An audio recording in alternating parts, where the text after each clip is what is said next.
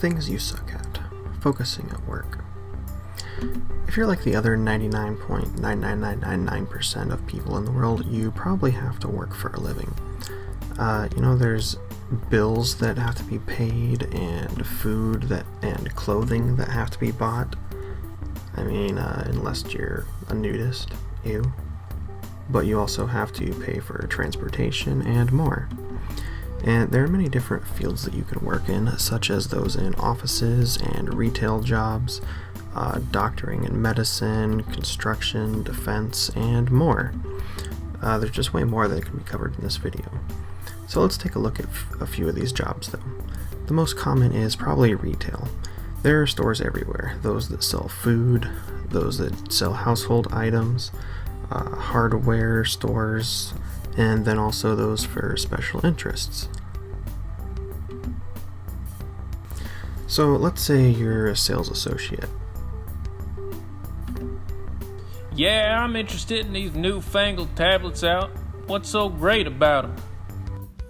The number one thing that tablets are great for is for playing Candy Crush. They're also good at planning your day, controlling your finances, and just increasing your productivity throughout your workday. When you first started this job, you were very attentive and you listened to your customers' wants, needs, and desires because you wanted to be a worthwhile employee. But as time goes on and you have to deal with more and more people, your patience starts to wear away and you just begin to care less and less. Yeah, I want a computer for those videos where the girls look like they're underage, but they're not. At least they say they're not. So do you have anything like that for me that I could use? Of course, sir. Might I suggest this brand new $3,000 MacBook Pro? It can do everything you want, and you can't hack a Mac. What color would you like? I'll go grab you one. Pretty hard to pay attention, huh? So let's look at maybe an office type job now. Yeah, if you could go ahead and get me those TPS reports by 4 p.m., that would be great. Sure thing, boss. An office environment can be a nice place to work. You usually have your own space, maybe even your own desk, and maybe even some more privacy if you have your own cubicle or office. And while this sounds like a nice setup, it can and will contribute to being less productive. So as you sit in front of your computer during work, your mind will slowly become more and more numb until you have completely zoned out and you have no idea what you're doing. At this point, you may think it's time for a break and you browse the web for a bit. After all, you've gotten quite a bit accomplished, right? So maybe you read the news, check out your favorite sites, IM some of your coworkers, look at some memes, and more. Wow, time went by pretty quick. Lunchtime. So you decide to go out and enjoy your lunch. And then afterwards you're gonna come back to work and you tell yourself that you really need to focus and get that report done.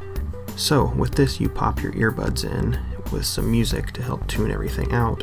That way you can focus on just the work at hand.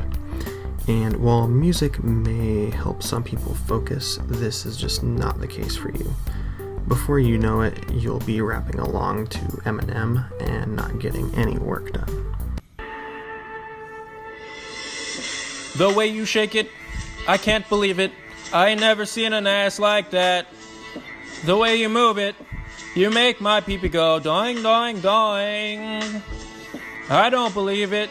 It's almost too good to be true. I never seen an ass like that. The way you move it, you make my pee-pee go doing, doing, doing.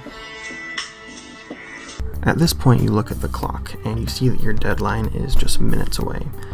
And this is when the BS really starts flowing.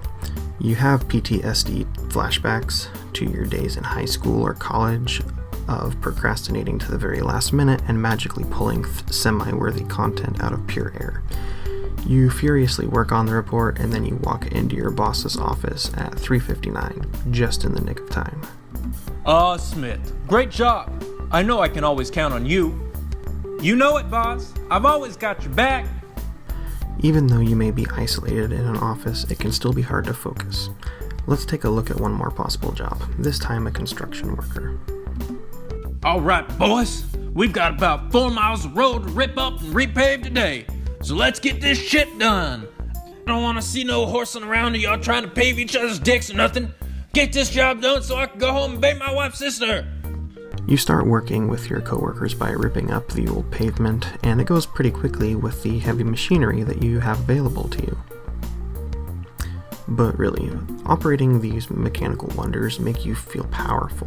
You have the ability to accomplish so much with so little effort, and it's just incredible. You decide you want to test the machine's limits.